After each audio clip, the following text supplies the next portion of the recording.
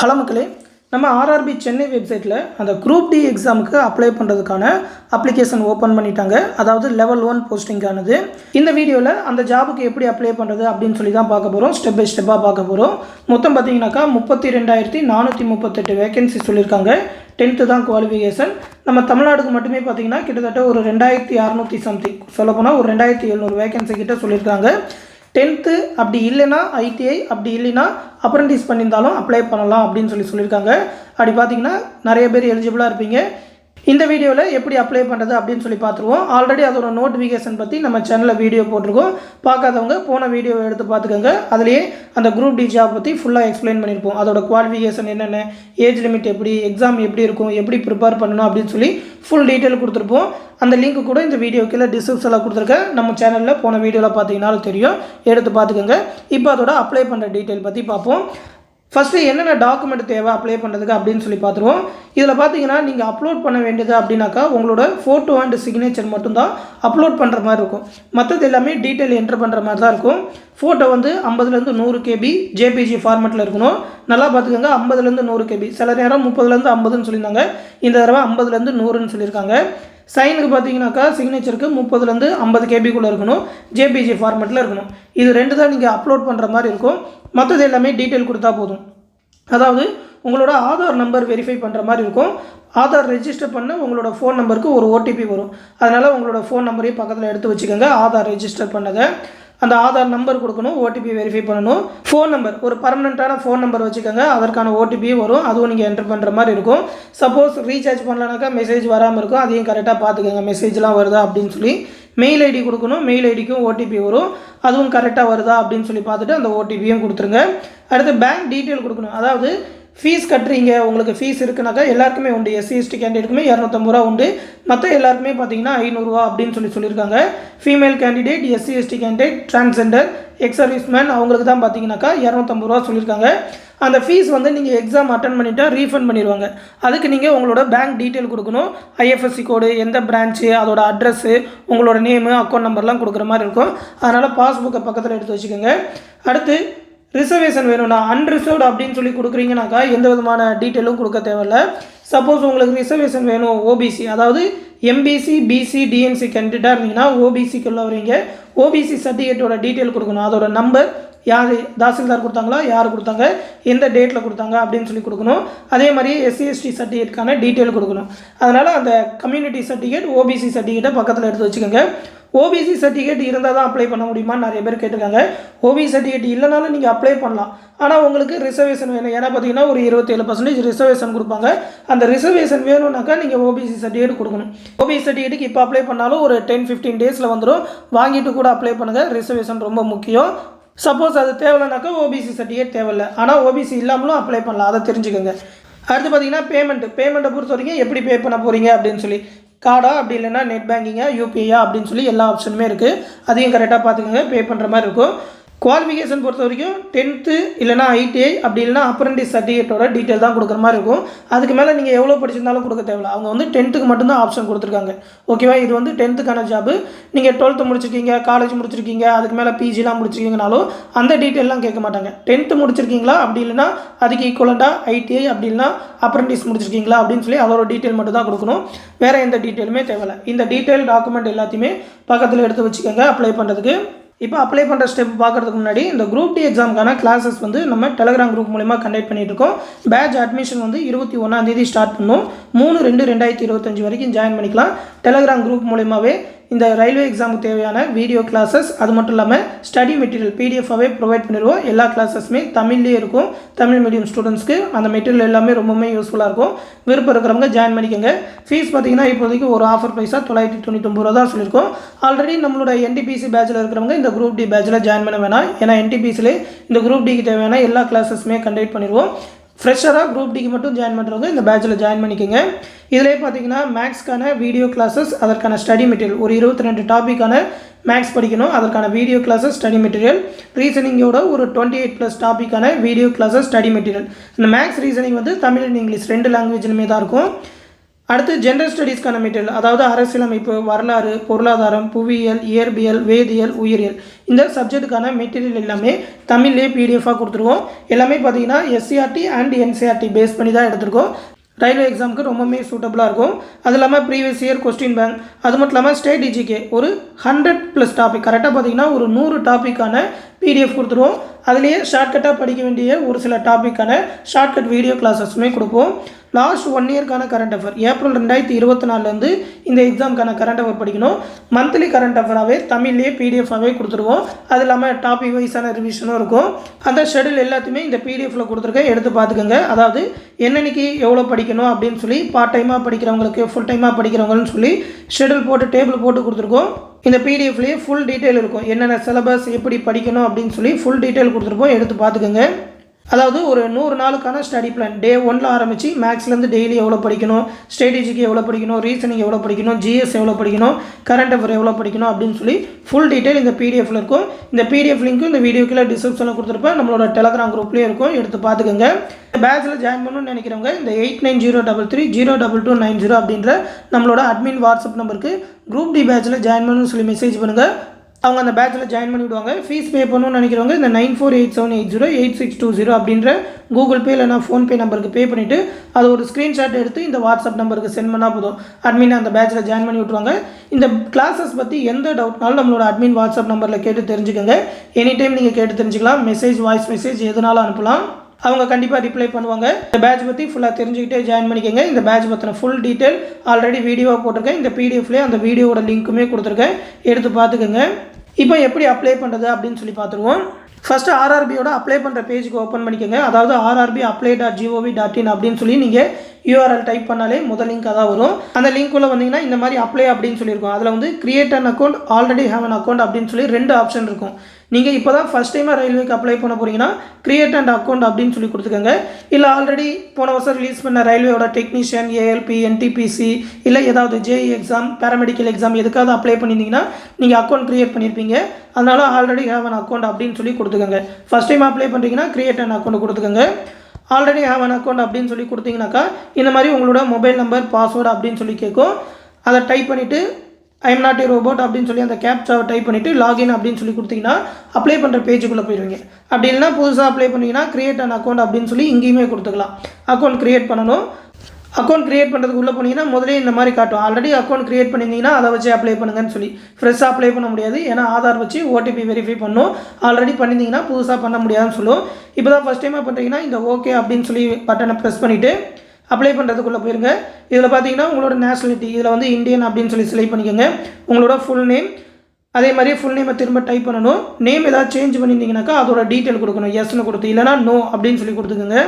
Date of பர்த்து, உங்களோட date of பர்த்தை select பண்ணிக்கோங்க. மறுபடியும் இந்த இடத்துல டேட் ஆஃப் பர்த்தை நீங்கள் டைப் பண்ணணும். அதாவது டேட்டு, மந்த்து, இயர் அப்படின்ற வரிசையில் தான் டைப் பண்ணணும்.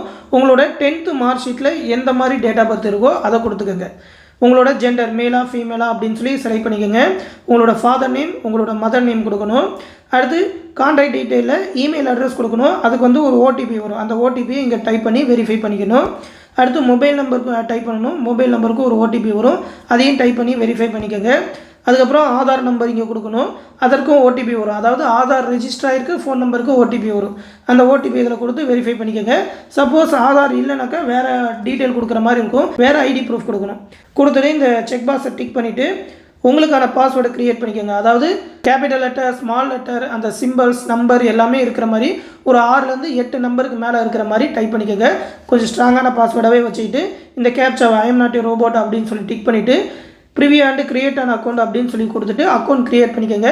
அக்கௌண்ட் க்ரியேட் பண்ணதுக்கப்புறம் அப்ளிகேஷன் பேஜுக்கு தானாக போயிடும். அப்படி இல்லைனாக்கா முதல்ல அந்த அப்ளை பண்ணுற பேஜுக்குள்ளே வந்தீங்கன்னா உங்களோட மொபைல் நம்பர் அப்படின்னா இமெயில் அட்ரஸ் கொடுத்து பாஸ்வேர்டு கொடுத்து இந்த கேப்சா பாக்ஸில் டிக் பண்ணிவிட்டு லாகின் அப்படின்னு சொல்லி கொடுத்தீங்கன்னா இந்த மாதிரி அப்ளை பண்ணுற பேஜில் வந்துடும். சப்போஸ் இப்போ நீங்கள் ஆதார் வெரிஃபை பண்ணாமல், க்ரியேட் பண்ணாமல் ஆல்ரெடி நீங்கள் க்ரியேட் பண்ணியிருந்தாலும் உங்களோட ஆதார் வெரிஃபை பண்ண சொல்லும். அதுக்கு வந்து இந்த மாதிரி ஜென்ரேட் ஆதார் OTPன்னு கொடுத்தீங்கன்னா ஆதார் ரெஜிஸ்டர் ஆகிருக்கிற ஃபோன் நம்பருக்கு OTP வரும். அதை டைப் பண்ணிவிட்டு இந்த செக் பாக்ஸில் டிக் பண்ணிவிட்டு கீழே வெரிஃபை அப்படின்னு சொல்லி கொடுத்துட்டிங்கனாக்கா ஆன்லைன் அப்ளிகேஷன் பேஜுக்குள்ளே போயிடும். இந்த மாதிரி ஆன்லைன் அப்ளிகேஷன் அப்படின்னு சொல்லியிருக்கோம், அதை கிளிக் பண்ணிக்கலாம். அப்படி இல்லைனாக்கா இந்த இடத்துலையும் ஆன்லைன் அப்ளிகேஷன் அப்படின்னு சொல்லியிருக்கோம், அதை டிக் பண்ணிங்கனாக்கா இந்த மாதிரி 2 எக்ஸாமுக்கு அப்ளை பண்ணுற ஆப்ஷன் இருக்கும். இது வந்து மினிஸ்ட்ரியில் அண்ட் ஐசோலேட்டட் கேட்டகரி. இதுதான் பார்த்தீங்கன்னா லெவல் 1 போஸ்ட் குரூப் டிக்கு லெவல் 1 அப்படின்னு சொல்லியிருக்கோம். அதில் நீங்கள் உங்களோட ஆர்ஆர்பி செலக்ட் பண்ணணும். அந்த ஆர்ஆர்பி வந்து எந்த ஆர்ஆர்பி செலக்ட் பண்ணுறீங்க, எந்த ஜோனாலும் செலக்ட் பண்ணிக்கோங்க. மேக்ஸிமம் நம்ம தமிழ்நாடு கேண்டிடேட் சென்னையே சூஸ் பண்ணிக்கோங்க. சென்னைக்கே ஒரு நல்ல வேகன்சி இருக்குது. இனிமேல் வேகன்சி அதிகமாகும். லோக்கல்லே ஒரு நல்ல ஜாபாக இருக்கும். ஓகேவா? அதை செலக்ட் பண்ணிவிட்டு இந்த செக் பாக்ஸை டிக் பண்ணிவிட்டு இந்த இடத்துல என்ன அப்படின்னு சொல்லியிருக்கோம் அதை டிக் பண்ணிங்கனாக்கா அப்ளிகேஷன் பேஜுக்குள்ளே போயிடும். நீங்கள் ஆல்ரெடி அப்ளை பண்ணியிருந்தீங்கன்னா உங்களோட டீட்டெயில் வந்து ஆட்டோமேட்டிக்காக இதில் ஃபில் ஆயிரும். சப்போஸ் நீங்கள் ஃபஸ்ட் டைமாக கொடுக்குறீங்கனாக்கா கிரியேட் அன் அக்கௌண்ட் அப்படின்னு சொல்லி கொடுத்துருப்பீங்கல்ல, அதில் கொடுத்து உங்களோட நேமு அது மட்டும் தான் இதில் என்ட்ரு ஆகிருக்கும். ஃபாதர் நேம் மதர் நேம் மட்டும் தான் என்ட்ரு ஆகிருக்கும். மற்றது எல்லாமே நீங்கள் டைப் பண்ணுற மாதிரி இருக்கும். அந்த nationality, date of birth, full name, father name, mother name, date of birth கொடுத்தீங்கனாலே ஏஜ் வந்து ஆட்டோமேட்டிக்காக கால்குலேட் ஆகி இதிலே வந்துடும். அடுத்து gender, email address, mobile number, இது எல்லாமே ஆட்டோமேட்டிக்காக அந்த கிரியேட் அண்ட் அக்கௌண்ட்லேருந்தே வந்துடும். மற்றதில் நீங்கள் டைப் பண்ணணும். அதாவது மேரிட்டல் ஸ்டேட்டஸ், எந்த ரிலீஜன், உங்களோட மதர் லாங்குவேஜ் என்ன அப்படின்னு சொல்லி, எக்ஸாம் எந்த லாங்குவேஜில் எழுத போகிறீங்களோ அந்த லாங்குவேஜ் மாதிரி கொடுத்துக்கோங்க. மேக்ஸிமம் தமிழாக தான் இருப்பீங்க. அடுத்து எந்த லாங்குவேஜில் எக்ஸாம் எழுதணும்னு சொல்லி இங்கே செலக்ட் பண்ணணும். தமிழே செலக்ட் பண்ணிக்கோங்க. ஏன்னா தமிழில் செலக்ட் பண்ணிங்கனாலே இங்கிலீஷ்லேயும் மாற்றிக்கலாம். அதனால் தமிழே செலக்ட் பண்ணிக்கோங்க. உங்களோட ஐடென்டிஃபிகேஷன் மார்க், இந்த உடம்புல ஏதாவது மச்சம் தழும்பு ஏதாவது இருந்ததுனாக்கா அது என்ன ஆதாரம் அப்படின்னு சொல்லி அதை டைப் பண்ணுற மாதிரி இருக்கும். இங்கே டைப் பண்ணிக்கோங்க. அடுத்து கம்யூனிட்டி டீட்டெயில், இதில் தான் அன்ரிசர்வ்டு அப்படின்னு சொல்லி கொடுத்தீங்கன்னா எந்த ஆப்ஷனும் கொடுக்க தேவையில்லை. ஓபிசின்னு கொடுத்தீங்கன்னா உங்களோட ஓபிசி சர்டிஃபிகேட் நம்பர், யார் கொடுத்தா, எந்த ஸ்டேட்டில் வாங்கினீங்க, எந்த டேட்டில் வாங்கினீங்க அப்படின்னு சொல்லி அது எல்லாமே கொடுக்கணும். கேஸ்ட்டு கொடுக்குற மாதிரி இருக்கும். சப்போஸ் நீங்கள் ஆல்ரெடி அப்ளை பண்ணியிருந்து அந்த டீட்டெயில் எல்லாமே வந்துட்டாலும் மறுபடியும் கேஸ்ட்டு டீட்டெயில் கொடுக்குற மாதிரி இருக்கும். எந்த கேஸ்ட்டு அப்படின்னு சொல்லி அதில் நீங்கள் டைப் பண்ணிக்கோங்க. எஸ்சி கேண்டிடேட்னாலும் அதோட டீட்டெயில் கொடுக்கணும், எஸ்டி கேண்டிடேட்னாலும் அதோட டீட்டெயில் கொடுக்குற மாதிரி இந்த மாதிரி தான் வரும். அடுத்து உங்களோட அட்ரஸ் டீட்டெயில் கொடுக்கணும். உங்களோட அட்ரஸ் டீட்டெயில் எல்லாத்தையுமே கொடுத்துக்கோங்க. பர்மனெண்ட் அட்ரஸும் அந்த கான்டாக்ட் அட்ரஸும் சேம்னாக்கா இந்த செக் பாக்ஸை டிக் பண்ணிங்கனாலே ஆட்டோமேட்டிக்காக வந்துடும். கொடுத்துட்டு இந்த இடத்துல சேவ் அப்படின்னு சொல்லி கொடுத்துட்டு நெக்ஸ்ட் அப்படின்னு சொல்லி கொடுத்துக்கோங்க. சப்போஸ் ஏதாவது டீட்டெயில் கொடுக்கலனாக்கா சேவ் கொடுத்தீங்கன்னா அது வந்து ரெட் கலரில் காட்டும். அந்த டீட்டெயிலை நீங்கள் திரும்ப என்ட்ரு பண்ணுற மாதிரி இருக்கும். அடுத்து ஆல்ரெடி அப்ளை பண்ணியிருந்தீங்கன்னா இந்த டீட்டெயிலுமே ஃபில் ஆயிடும். அதாவது பார்த்தீங்கன்னா உங்களோட அதர் டீட்டெயில் எல்லாமே கொடுக்கணும். எக்ஸ் சர்வீஸ் மேனா எஸ் ஆர் நோவான்னு கொடுக்கணும். நீங்கள் வந்து பிடபிள்யூ கேண்டிடேட்டாக இருந்தீங்கன்னாக்கா எஸ் ஆர் நோவான்னு கொடுக்கணும். எஸ் கொடுத்தீங்கன்னா அதோட டீட்டெயில் எல்லாமே கொடுக்கணும். ஸ்கிரைப் உங்களுக்கு தேவையா வேணாமா அப்படின்னு சொல்லி கொடுக்கணும். அடுத்து எக்கனாமிக்கலி பேக்வர்ட் கிளாஸா அப்படின்னு சொல்லி கொடுக்கணும். அப்படி எஸ்ன்னு கொடுத்தீங்கன்னா அதோட சர்டிஃபிகேட் டீட்டெயில் எல்லாமே கொடுக்கணும்.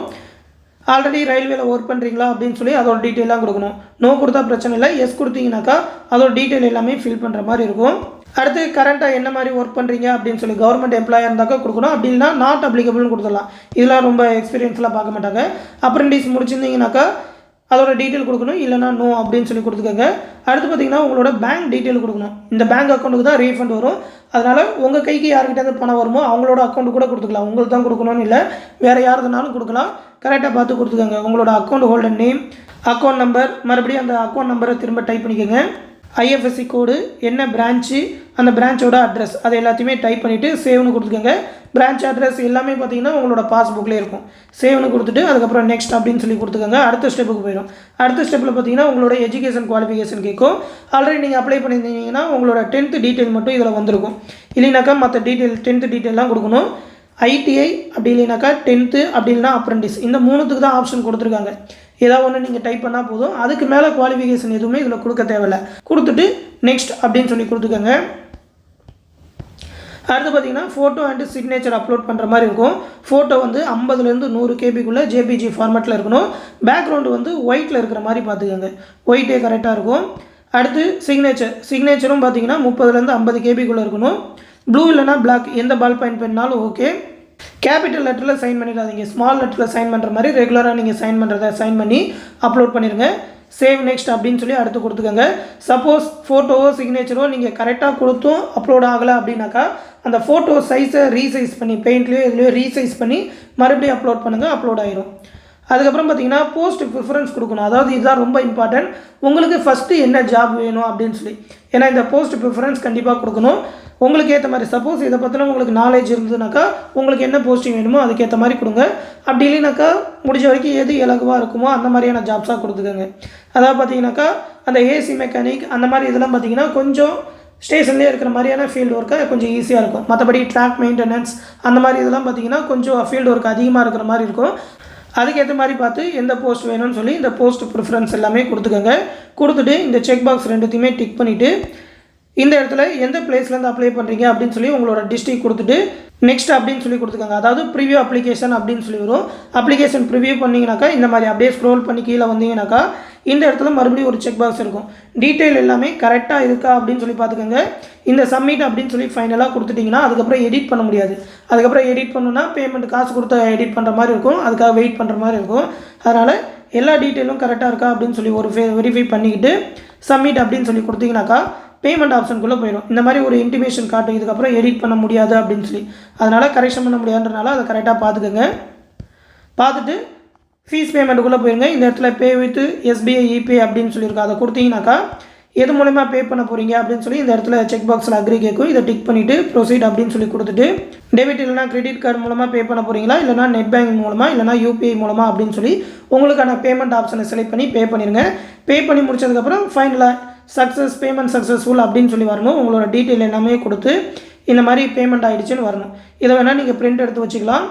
மறுபடியும் உங்களோட அப்ளிகேஷன் ஹிஸ்ட்ரி உங்களோட ஹோம் பேஜில் வந்து அப்ளிகேஷன் ஹிஸ்ட்ரியில் வந்தீங்கன்னா இந்த மாதிரி லெவல் 1 போஸ்டிங் பேமெண்ட் கம்ப்ளீட்டட் அப்படின்னு சொல்லியிருக்கணும். அப்படி இருந்ததுன்னா அப்ளை பண்ணி முடிச்சிட்டிங்க அப்படின்னு சொல்லி அர்த்தம்.